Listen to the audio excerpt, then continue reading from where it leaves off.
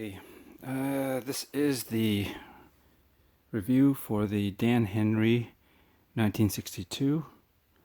This is the Panda version, and what I like to call the Nina Rint or Universal Genève Nina Rint Bi-Compax chronograph homage.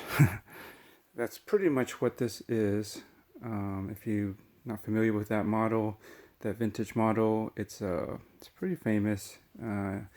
Universal Genève vintage chronographs are quite popular, collectible, and quite expensive these days if you can find a really good example. And it's named after a model back in the 60s that was, I think, married to a race driver. I can't pronounce his name, but last name is Rint.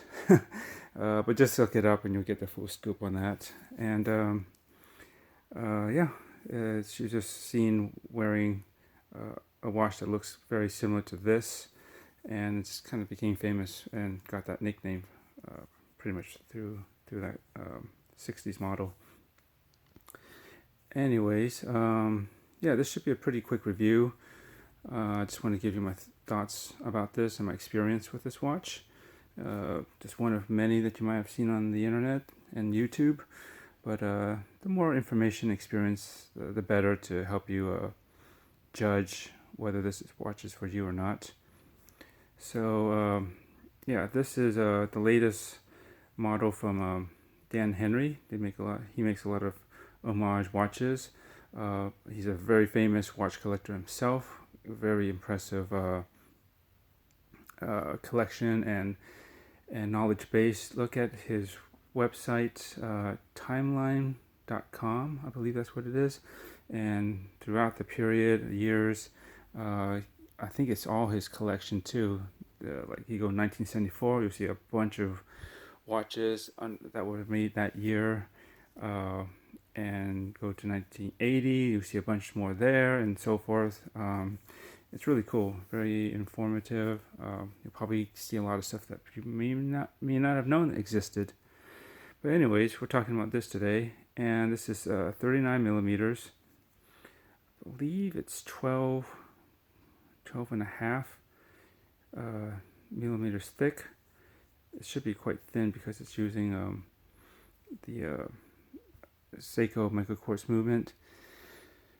I'll have to check my notes. If I make a correction, it'll be in the comments or the description below. But I believe it's the VK63. Maybe it's a 64. I would verify that and just check in the notes. Or I might flash something on here that shows you that what it actually is.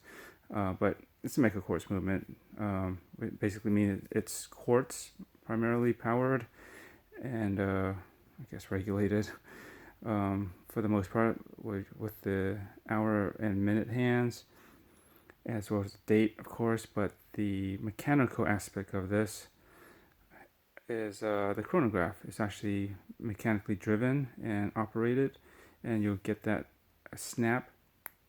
You can hear that, and the way it sweeps, it's very much like a mechanical or mechanical automatic type of chronograph movement. And as this goes down, you have a 60-minute counter there.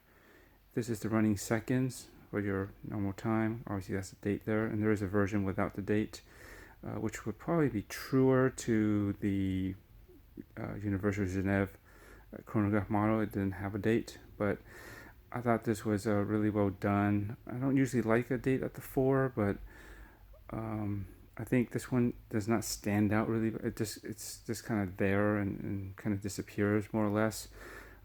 So I opted for that because otherwise you would have a ghost position when you first pull out the crown, which there's no date to change on the no date model, obviously. So I didn't really feel like getting something like that for this watch. So I stuck it in since this was nicely done.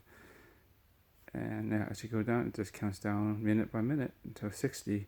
And then once it hits 60, it will automatically stop to save power. So you can't go keep running it and go continue say after it's gone past 60, go to 20 to time 80 minutes. No, you'd have to actually quickly start it back up again. But of course you won't be completely synced likely because it will stop and you'll realize it stopped and then you start it up again.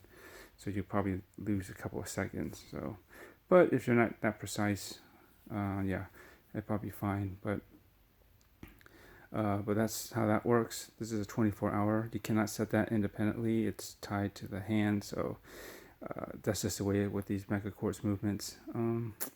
But it'll give you basically an AM PM indicator, right? 24 hours. It is what it is. I like to. There's another Meca-Quartz movement that Stratton uses, and they're at least in one of their bullhead, the Ligero bullhead models, that does not have the 24. It has another, I think, minute counter, and then there's an hour counter too, or something like that. So I like that movement more, but this is probably the more common one where you see the 24-hour register sub-dial here, running seconds, and the 60-minute chronograph counter. Oh, by the way, with the date window, once it hits 31, it'll be red, and that's just to indicate to you that if there is a month that is shorter than 31, that remember to advance and correct the date. Say February is 28. Obviously, if you somehow let it run and it's on a 31, you might want to like, oh, wait a minute, there's not that many days on the past month, so you need to get it to 1 and so forth. So that's why the 31 is red when you get to it, and it stops. You can start it up again. It's a nice tactile feel, and then when you reset it, this is where it becomes very mechanical like, because most quartz chronograph will just quickly do a sweep, or sometimes not that quickly. They'll do a sweep back to reset, but like a mechanical, it just snaps back, and it's well aligned. I think pretty perfect. Let's see. I would say some differences between this and the vintage model that it's inspired by is, for instance, the indices. I think they were printed on the Universal Genève. These are actually, if you look closely, they are actually applied. These black markers are around, which is nice little touch. You probably won't notice, but it is there your eyes can catch these subtleties, I think. So it's a nice little detail. Also, the sub-registers obviously are different. They don't have a 24-hour for one thing on the vintage model, but I forget what the order is. But I just wanted to point out that this design, this style, is especially right here. Actually, all these have it like this. There's a name for this. I wouldn't call it paddle, but this kind of style of markings or indices. It's like the Rolex Daytona. Think of the Paul Newman, and you'll see the similarities there. So it's from the same era, and so I think he was trying to combine not just the Universal Genève, which was probably the main inspiration, but some other design elements from other chronographs. As you see, this does resemble sort of a vintage Daytona as well, but pretty much its own thing. It's got twisted lugs, which is kind of like an Omega Speedmaster, but the Universal Genève version, the vintage model, did have twisted lugs just like this. There is no screw down crown. It's just push and pull. The water resistance is probably like not that much, 50, so 50 meters. Yeah, it's to be expected. And here's the case back. It does not have your traditional case back, with the little notches, the 6 notches to unscrew it. It is a screw down case back, so you need that special tool that has I think this is a 10-sided wrench or socket or something to unscrew that. And I believe, if I'm not mistaken, this is a Maserati, but I don't know the exact model. It's of course of the period. I think it even says 62 on the side. It does right there. Just look it up, or I'll put it in the description below what that's supposed to be. But all his case backs have something that has something to do with the year that these watches are made, and it's kind of tied into the theme of specific models. It's nicely done, nice detail. It's not uncomfortable to wear. Like when you put it against your skin, it's fine. It doesn't really like feel rough or irritate your skin or anything like that. So that's that. This is not the original strap, by the way. This is one that I put on. It's aftermarket. I think I got this from Cheapest Needle Straps. Hang on a second. Okay, so yeah, this is from Cheapest Needle Straps, but it works. It's got quick release bars. I think after this was originally released, Dan and Henry offered a similar type of strap. It's kind of perforated rally strap for this model. But at the time, it just came with a smooth one, which I'll show you in a moment. But before I go through that, I'll just go over the last few details of this, the surface here and the face of the watch. Tachymeter, black. It's kind of flanged like this. It's got a box, dome, mineral crystal. It's not sapphire, but it gives you that nice, well, some people consider, and I do too, a nice distortion to give it that kind of vintage look, that distortion there. But that's only extreme angles. Most viewing angles, it does not distort so heavily that you can't read the fine details. You can see. And I thought it was cool and interesting that the hands are not only the loomed, but the subdial hands here are also loomed, as well as the small indices. I don't know if you can see it. They're at the very end of the markers. I think everyone but maybe that guy right there, and these. So the 9, 3, and 6 don't have it, but I think all the other ones do. Yeah, and I don't know what kind of formula. It's not the strongest, but it actually is reactive enough, and I found that it actually surprisingly lasts throughout the night to morning, which wasn't something I would expect. Usually micro brands, especially more affordable ones like these, they tend to have so-so loom formula. But as I understand, I think he said he redid the loom formula on it, so it's better, and it sort of seems like it. Oh, and as well, you see how the tip of the chronograph is? It looks white. That actually is loomed as well, but to be honest, it's so thin and such a, actually not the strongest application that it's almost barely worth mentioning. But you should know that basically all the indices, or nearly all, and basically all the handsets are all loomed and glows green. And I'll try to throw in a loom shot at the end, which is cool because I believe the original Universal Genève Bi-Compax, chronograph model also had everything pretty much loomed, just like this one. So that's pretty cool. And yeah, it's very easy to read, high contrast, this frost white or whatever you call it, against this really nice matte black. It just stands out really nicely. And it's a great watch to wear. But I'll show you the strap options in a moment that it comes with, but I'll just show you how this looks like on my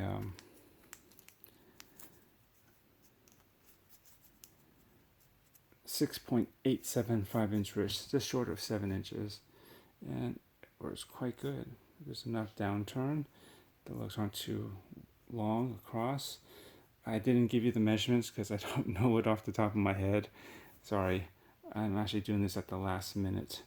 Kind of sold this, so I have to get this done ASAP and get this out the next day. So all the vital dimension specs.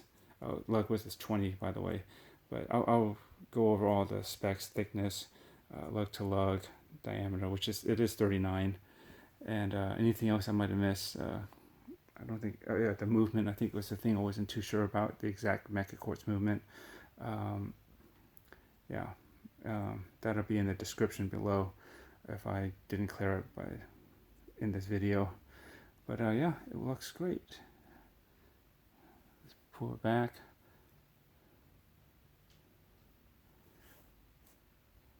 I believe the original model was about 37 millimeters, so it is slightly bigger than the original. But that's to be expected. Most modern interpretations rarely keep the same original vintage case size as the original watch. They'll always go a little bit bigger, but 39 is definitely doable for so many people. And yeah, I think it'll work great on many wrist sizes actually. Isn't right too high. It's a good looking watch. So I'll show you what it does come with. Of course, you get a Dan Henry cardboard box around this, but it's padded, foam padded, and then you got this inside. It's I think their typical tubular design here. And what happens is you just pop it open. Yep. So it stays fresh. Don't eat them. And you get the watch roll. It's pretty nice. Let's just wrap this around. Really easy. Let's move this out of the way a little. And I don't know if this is real leather or not. Could be faux. Actually, sort of feels real. Well, whatever. It's gray canvas with black. You get the. Don't mind this. It's just the stickers from the watch. But you get the warranty card. International, so no matter where you are, it will work. But you get these two strap options included, and it's just like this tan leather strap. Also has quick release pins. It's very nice. It's got this kind of distressed kind of H look to it. It's not bad. I wouldn't say these are really contrast stitching, but there is stitching. And the black one is all black. And if you look at some pictures of the original Nina Rent model, I think a lot of times, at least the one that went to auction or something, is on a smooth leather like this, actually, a black one. But this thing will look good on many straps. Obviously the rally ones, and any other color, something like this light brown or tan, even a darker brown. The rally straps with the larger 3 holes, that will work really nice too. Of course, solid is just fine. You could probably get away with rubber, although that's probably not my first choice. This looks pretty darn good on a good bunt style strap, which is the original model. The Nina Rent, there's a famous picture of her wearing it with a nice bunt strap with this, so it definitely works. And if you've seen the Paul Newman Rolex Daytona, I think it's famous for being on a black bun strap, if I'm not mistaken, as well. But it can go on so many things. There is no bracelet option, unfortunately, although I think I've seen people adapt some bracelets for this with fitted curved either straight, of course, will work, but if you want something fitted, there are some options, but you'll probably need to get one that's hopefully close to this profile and probably hollow, so that it can be bent and shaped to be a bit more to more custom fit for something like this. Yeah. But overall, yeah, it's a very reliable movement. That's why it's not too much to say about it. It's a Meca-Quartz. So this will definitely last and be accurate for a good while. And you got that nice chronograph movement. that's very responsive, and just that tactile feel, that snap, and you hear it too, which most quartz chronograph that don't have this mechanical aspect to it, the buttons tend to be, I wouldn't say necessarily spongy, but there is no snap to them usually. They're just kind of, you push and then you hit a stop and then it'll go. It's a little less playful, I guess. And then it just goes back like that. So yes, I would definitely recommend this watch for about $260 if you can get it. It's currently completely sold out everywhere that I think was selling it, which was Dan Henry, of course, and I believe the Worn and Wound wind-up shop sells Dan Henry watches, but they're also out. You can get the other two colors, which is the reverse panda, or what they call the evil panda, which is basically, black with the white subs. And I think maybe the second hand is red accented as well, if I'm not mistaken. And then there's one that's basically blue bezel, blue dial, and actually blue subs. It's not really a panda look. It's got some orange accents. I like that one the least. I like this because it's the Nina Rent look-alike. But I don't know. I think this style looks really good in the high contrast. Just a clean, stark white and black. Or if you get the reverse, where it's black on with white. Yeah. So actually, I have to put this back on the original strap.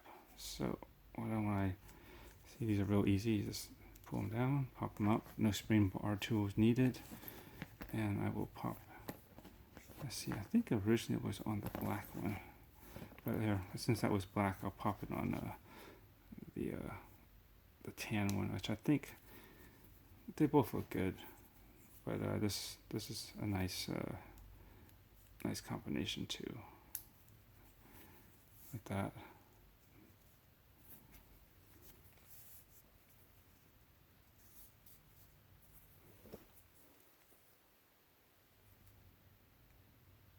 This brush on the sides, pretty nice finishing.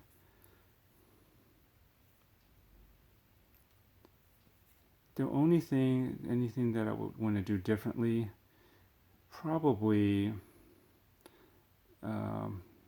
try to make the loom on the